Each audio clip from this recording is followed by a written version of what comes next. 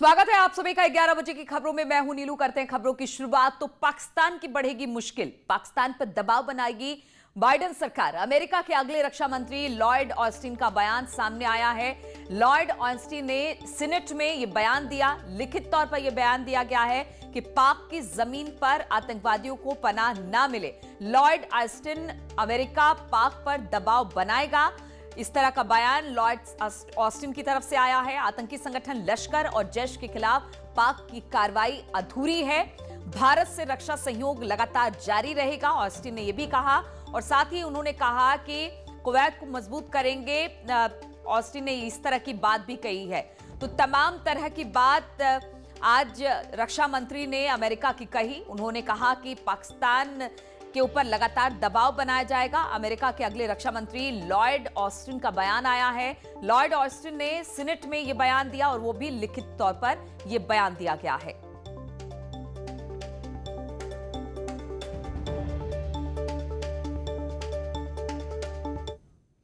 और दिल्ली में किसानों से बातचीत होगी। अब से कुछ देर में दिल्ली पुलिस करेगी बैठक। विज्ञान भवन में यह बैठक होने वाली है। ट्रैक्टर रैली को लेकर बातचीत किसानों के साथ दिल्ली पुलिस की होने वाली है। ट्रैक्टर रैली का ऐलान किया है 26 जनवरी को, और 26 जनवरी को इस ट्रैक्टर रैली के ऐलान के साथ ही 2 बजे सरकार से भी किसानों की आज बातचीत होने वाली है। तो पहले विज्ञान भवन में बैठक होगी। बताया जा रहा है कि दिल्ली पुलिस के साथ यह बातचीत होगी और फिर आज ही सरकार के साथ भी बातचीत होनी है, क्योंकि लगातार किसान अड़े हुए हैं कि 26 जनवरी को वो ट्रैक्टर रैली निकालेंगे। और इसी को लेकर दिल्ली पुलिस के साथ भी एक बैठक और साथ ही साथ सरकार से भी किसानों की बातचीत का दौर चलने वाला है। 2 बजे ये बातचीत होगी। बातचीत करने के लिए शंकर आनंद हमारे साथ जुड़ गए। शंकर, कितने बजे ये पुलिस के साथ बैठक रखी गई है किसानों की?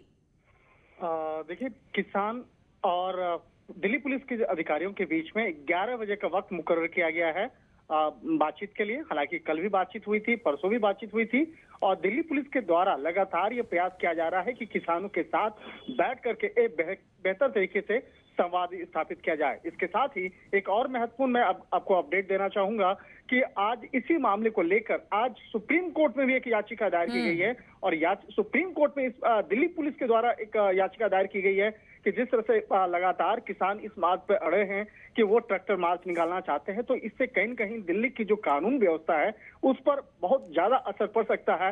लिहाजा आज सुप्रीम कोर्ट में इस मामले पर याचिका दायर की गई है। तो वहीं दूसरी तरफ बातचीत के माध्यम से भी इस मामले का समाधान निकालने का कोशिश किया जा रहा है। और अब तीसरी जो महत्वपूर्ण बात मैं बताना चाहूंगा कि जो विज्ञान भवन में जो बैठक है वो दोपहर के 2 बजे है, जिसमें कि केंद्र सरकार के प्रतिनिधि और किसानों के प्रतिनिधि फिर से बैठ करके बातचीत करेंगे, जिसमें कि जो आंदोलन से जुड़े हुए जो मसले हैं, जिस मसले को लेकर किया जा रहा है। बिल्कुल, तो शंकर, कहा जा सकता है किसानों को मनाने यानी मान मनोबल का दौर लगातार जारी है। ट्रैक्टर रैली निकालने की बात 26 जनवरी को हो रही थी, उसको लेकर दिल्ली पुलिस की तरफ से लगातार वार्ता चल रही कि किसी तरह से ये जो ट्रैक्टर रैली है उसको स्थगित कर दिया जाए। और दूसरी तरफ सरकार से भी आज बातचीत है। आगे भी इस पर आपसे अपडेट लेंगे। फिलहाल बहुत बहुत शुक्रिया आपका हमारे साथ जुड़ने के लिए। और लखनऊ से खबर लेते हैं। यहां पर सावरकर की फोटो पर विवाद शुरू हो गया। विधान परिषद की गैलरी में सावरकर की फोटो है। सभापति रमेश यादव ने अब इसको लेकर जांच के आदेश दिए हैं। प्रमुख सचिव विधान परिषद को यह आदेश दिया गया है। सावरकर की फोटो पर कांग्रेस ने की थी आपत्ति। कांग्रेस एमएलसी दीपक सिंह ने इस आपत्ति को उठाया था और अब इस फोटो पर विवाद बढ़ता देख इस पर जांच की बात कही गई है। तो सावरकर की फोटो पर विवाद शुरू हो गया है। विधान परिषद की गैलरी में सावरकर की फोटो लगाई गई थी। सभापति रमेश यादव ने अब जांच के आदेश दिए हैं। प्रमुख सचिव विधान परिषद को इसके आदेश दिए हैं। कहा यह जा रहा है कि सावरकर की फोटो पर कांग्रेस की पार्टी ने आपत्ति जताई थी और कांग्रेस के एक एमएलसी हैं दीपक सिंह, उन्होंने इसी को लेकर आपत्ति उठाई थी।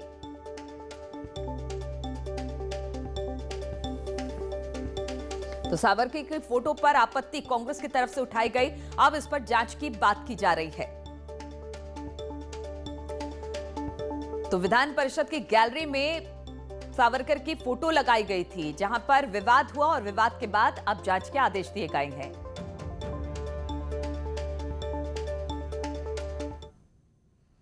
और बातचीत करने के लिए अनामिका सिंह लखनऊ से हमारे साथ जुड़ गए। अनामिका, सावरकर की फोटो परिषद की गैलरी में लगी थी, अब इसको लेकर विवाद शुरू हो गया। अब इसके बाद क्या जांच के आदेश दिए गए हैं? किसे ये आदेश दिया गया है और किस चीज को लेकर विवाद की शुरुआत कहां से हुई?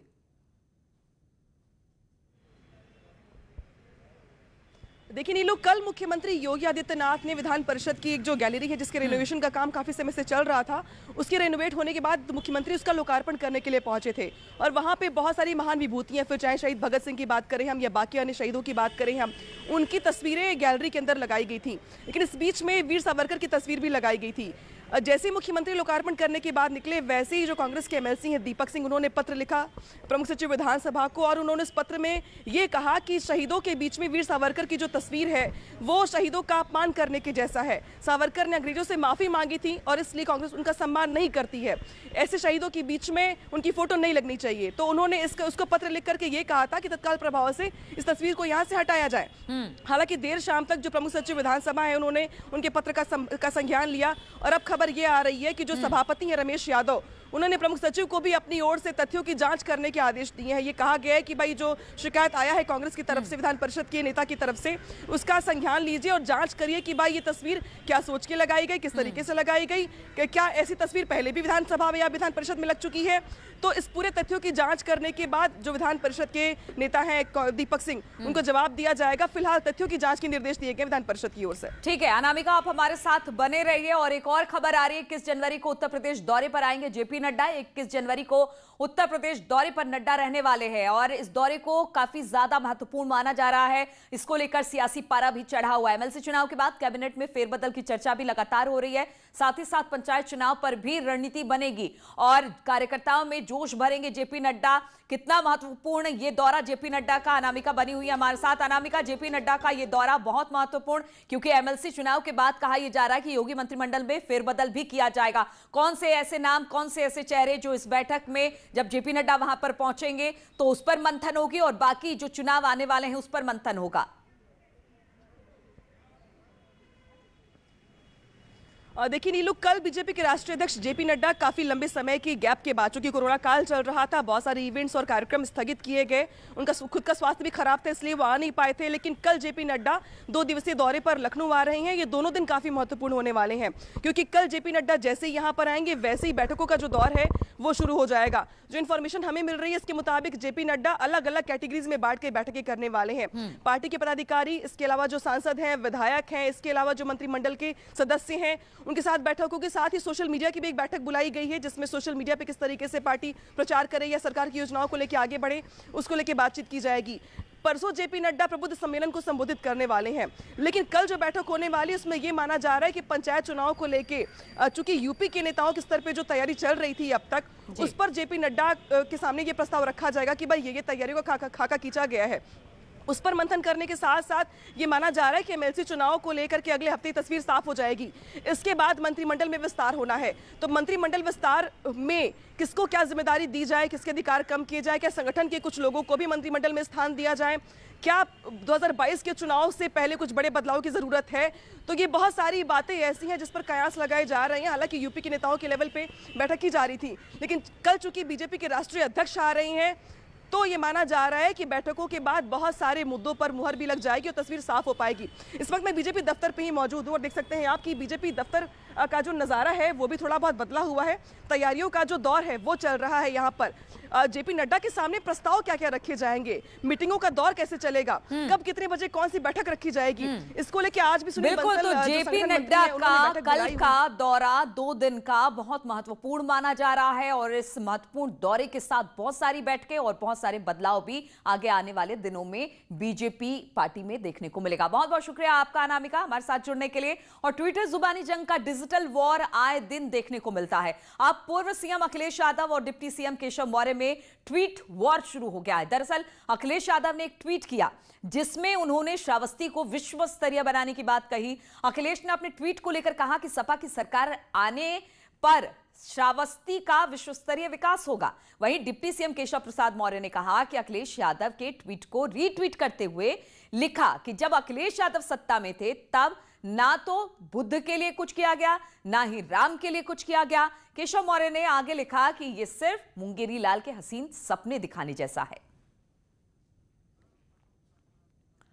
और श्रावस्ती में शांति, करुणा एवं अहिंसा के प्रवर्तक महात्मा बुद्ध के श्री चरणों में सानिध्य का परम सौभाग्य मिला। सपा सरकार बनने पर श्रावस्ती और आसपास का विश्वस्तरीय विकास करेंगे, जिसमें बौद्ध जैन अनुयायियों और वैश्विक पर्यटकों को भी सुविधा मिलेगी और गांव-गांव तक चतुर्दिक विकास होगा। तो ये था अखिलेश यादव का वो ट्वीट जिस पर केशव मौर्य ने रीट्वीट किया। और फिर रीट्वीट भी आपको बताते हैं, केशव मौर्य कहा कि श्री अखिलेश यादव जी, जब आप सत्ता में थे तब भगवान तथागत बुद्ध के पवित्र स्थान और भगवान श्री राम की जन्मभूमि अयोध्या सहित अन्य तीर्थ स्थलों के लिए कुछ नहीं किया। जब सत्ता में आने की संभावना नहीं तब विकास के वादे करना मुंगेरी लाल के हसीन सपने जैसा दिखाई देता है।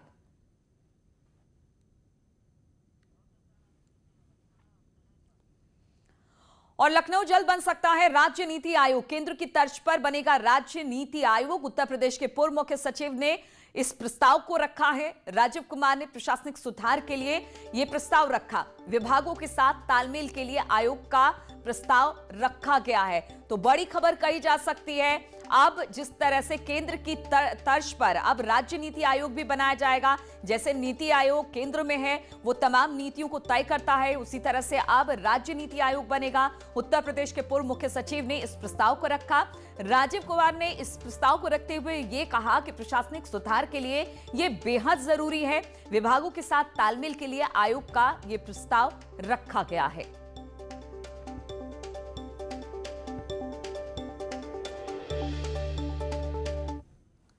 और लखनऊ में जल्द होगी शिक्षकों की भर्ती। एडेड जूनियर हाई स्कूल में होगी ये भर्ती। बेसिक शिक्षा विभाग के एडेड स्कूलों में ये भर्ती की जाएगी। 1894 पदों पर ये भर्ती प्रक्रिया होगी। शिक्षक भर्ती से जुड़ी गाइडलाइन भी अब इसको लेकर जारी कर दी गई है। जल्द इस पर अब भर्ती की परीक्षा होगी। सरकार ने इस बात के निर्देश भी दे दिए गए हैं कि जल्द से जल्द इस पर कार्रवाई शुरू कर दी जाए और जल्द ही शिक्षकों की अब भर्ती भी शुरू हो जाएगी।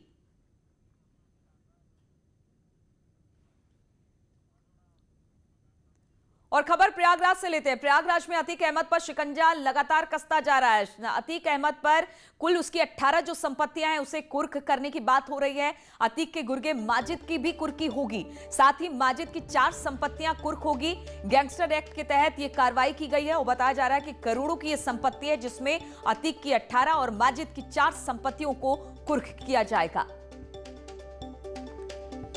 तो एक एक कर अतीक की तमाम संपत्तियों को कुर्क करने का काम विभाग कर रही है, प्रशासन कर रहा है। और उसी में अब यह भी खबर आई है कि अतीक अहमद पर शिकंजा लगातार कसता जा रहा है और इसी शिकंजा कसने के दौरान 18 संपत्तियां अब अतीक की और कुर्क होंगी। अतीक के गुर्गे माजिद की भी कुर्की हो सकती है, जिसमें 4 संपत्तियां बताई जा रही हैं।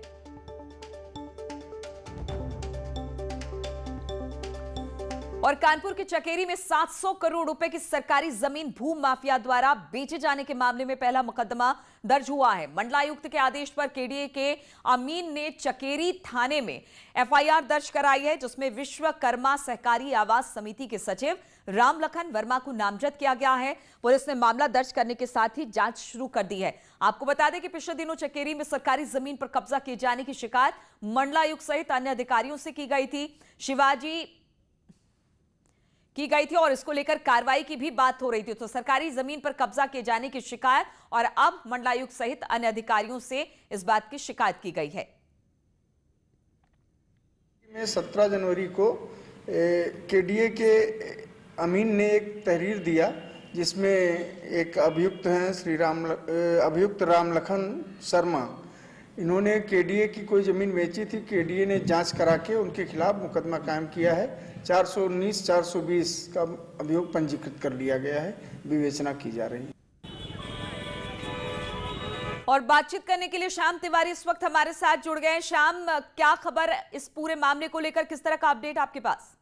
देखिए, चकेरी के देहली सुजानपुर का मामला है, जहां पर केडीए के अलावा नेशनल हाईवे की जो जमीन है वहां पर सोसाइटी बना करके विश्वकर्मा सहकारी आवास समिति की सोसाइटी बना करके यहाँ पर तमाम सैकड़ों भूखंडों को बेच दिया गया है और जिस पर 3 निर्माण भी हो गए हैं। आपको बता दें कि 2018 में भी केडीए वीसी ने जांच करा करके इस मामले में एफआईआर के लिए आदेशित किया था, लेकिन तब मामले में पता नहीं क्यों एफआईआर नहीं हो पाई। विभागीय अधिकारियों की सेटिंग की वजह से एफआईआर नहीं हुई। लेकिन इसके बाद अभी एक आईपीएस ने मामले की शिकायत जब अधिकारियों से कि एक बार फिर से इस मामले का जो जिन्न जो दब गया था वो बाहर निकल आया है और इसमें एक प्राथमिक एफआईआर जो है वो चकेरी थाने में दर्ज कर ली गई है, जो कि सोसाइटी के सचिव हैं उनके खिलाफ दर्ज की गई है। और आशंका ये व्यक्त की जा रही है कि जैसे जैसे जांच आगे बढ़ेगी इसमें तमाम और बड़े नाम सामने आएंगे। केडीए के कई अधिकारियों की संलिप्तता भी सामने आएगी। अधिकारियों का भी कहना यही है कि जांच जैसे आगे बढ़ेगी उनके नामों को बढ़ाया जाएगा और फिलहाल क्योंकि धोखाधड़ी के मामले में ये बिल्कुल, तो जांच आगे बढ़ेगी तो बहुत सारे नाम अभी फिलहाल सामने और आ सकते हैं, लेकिन 700 करोड़ का घोटाला और अब इसमें एफआईआर दर्ज। बहुत बहुत शुक्रिया आपका श्याम जानकारी देने के लिए। और रुकेंगे यहाँ पर छोटे से ब्रेक के लिए, बहुत जल्द लौटते हैं।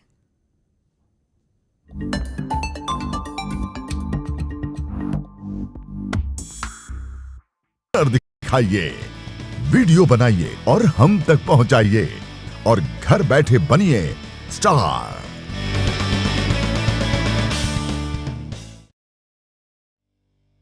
न्यूज 18 इंडिया आपका पसंदीदा नेशनल न्यूज चैनल उपलब्ध है टाटा स्काई के चैनल नंबर 519 और एयरटेल के चैनल नंबर 318 पर।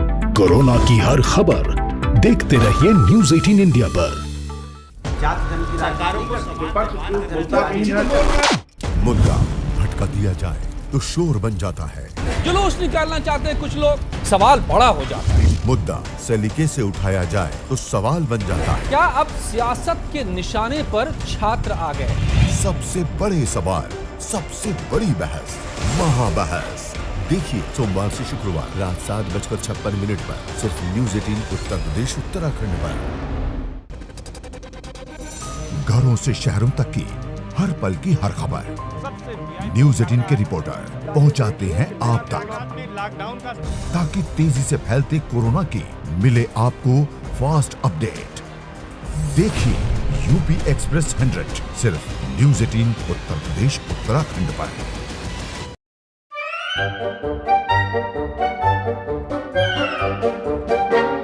अखबार हुआ ठप, आउटडोर हुआ बेकार, टीवी ही दे रहा है विज्ञापन को तेज रफ्तार।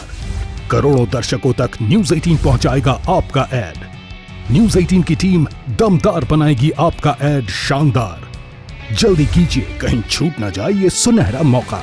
हमें मेल करके उठा लीजिए बड़ा फायदा।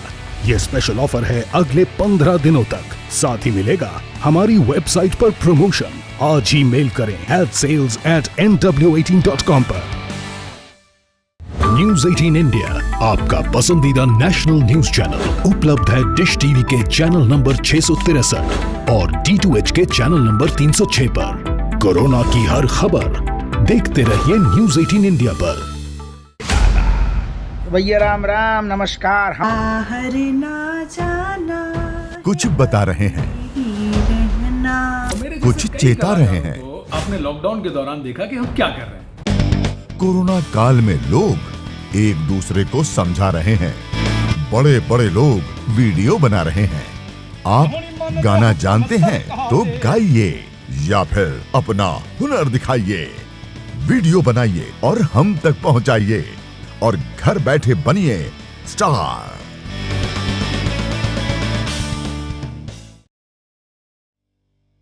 न्यूज 18 इंडिया आपका पसंदीदा नेशनल न्यूज चैनल उपलब्ध है टाटा स्काई के चैनल नंबर 519 और एयरटेल के चैनल नंबर 318 पर। कोरोना की हर खबर देखते रहिए न्यूज 18 इंडिया पर। मुद्दा भटका दिया जाए तो शोर बन जाता है। जुलूस निकालना चाहते हैं कुछ लोग, सवाल बड़ा हो जाता है। मुद्दा सलीके से उठाया जाए तो सवाल बन जाता है। क्या अब सियासत के निशाने पर छात्र आ गए? सबसे बड़े सवाल, सबसे बड़ी बहस, महाबहस देखिए सोमवार से शुक्रवार रात 7:56 पर सिर्फ न्यूज 18 उत्तर प्रदेश उत्तराखंड पर।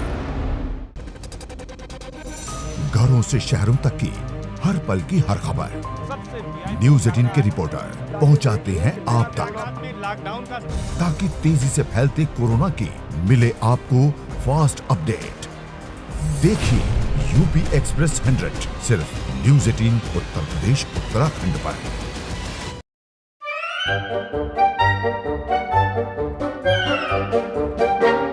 अखबार हुआ ठप, आउटडोर हुआ बेकार, टीवी ही दे रहा है विज्ञापन को तेज रफ्तार। करोड़ों दर्शकों तक न्यूज 18 पहुंचाएगा आपका ऐड। न्यूज 18 की टीम इस न्यूज हेडलाइंस के प्रायोजक पेट सफा आयुर्वेदिक चूर्ण। पेट सफा हर रोग दफा।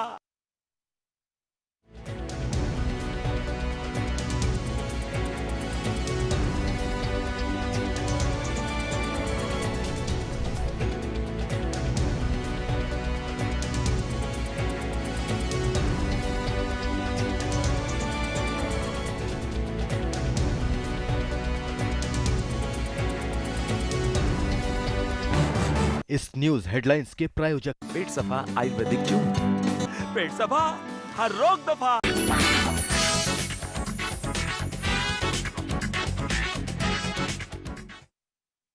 ब्रेक के बाद एक बार फिर से आप सभी का स्वागत है। तो क्या आप खिलौना बनाते हैं? क्या खिलौनों से आपको प्यार है? क्या आपके बच्चे खिलौने को लेकर क्रिएटिव हैं? तो ये खबर आपके लिए बेहद अहम है। भारतीय संस्कृति पर अगर आप कोई खिलौना बनाकर भेजते हैं तो जीतने पर भारत सरकार आपको 50 लाख रुपए का इनाम देगी। केंद्रीय शिक्षा मंत्रालय युवाओं को टॉयकथॉन में हिस्सा लेकर 50 लाख रुपए तक इनाम जीतने का मौका दे रही है।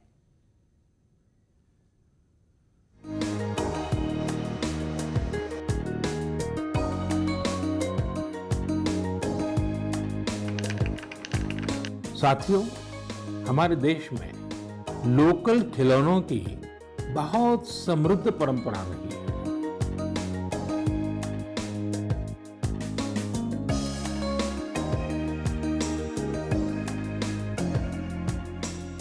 आंध्र प्रदेश के कृष्णा में कोंडापल्ली, तमिलनाडु में तंजौर, असम में धुबरी, उत्तर प्रदेश का वाराणसी, कई ऐसे स्थान हैं।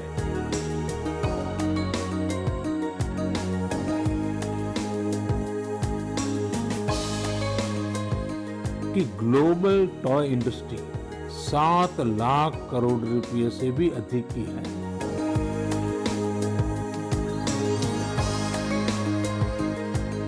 लेकिन भारत का हिस्सा खिलौनों के ग्लोबल मार्केट में बहुत कम है। जिस देश की विरासत इतनी मजबूत हो, उस देश के खिलौनों की भागीदारी दुनिया में कम क्यों है? खिलौनों के बाजार में उसकी हिस्सेदारी इतनी कम होनी हमें अच्छा लगेगा क्या? प्रधानमंत्री मोदी ने 68वें मन की बात कार्यक्रम में हिंदुस्तानी खिलौनों को लेकर चिंता जताई थी। प्रधानमंत्री मोदी की इच्छा है कि वाराणसी समेत हिंदुस्तान के जिलों में बन रहे खिलौने पूरी दुनिया के बच्चों तक पहुंचे और अपनी एक अलग पहचान बनाए।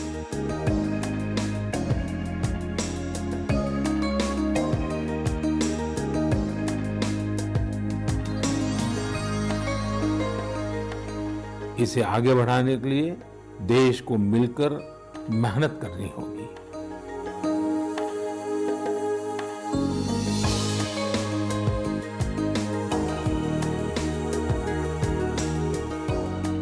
मैं अपने स्टार्टअप मित्रों को, हमारे नए उद्यमियों से कहता हूं, टीम अप फॉर टॉयज। आइए मिलकर खिलौने बनाएं। अब सभी के लिए लोकल खिलौनों के लिए वोकल होने का समय है।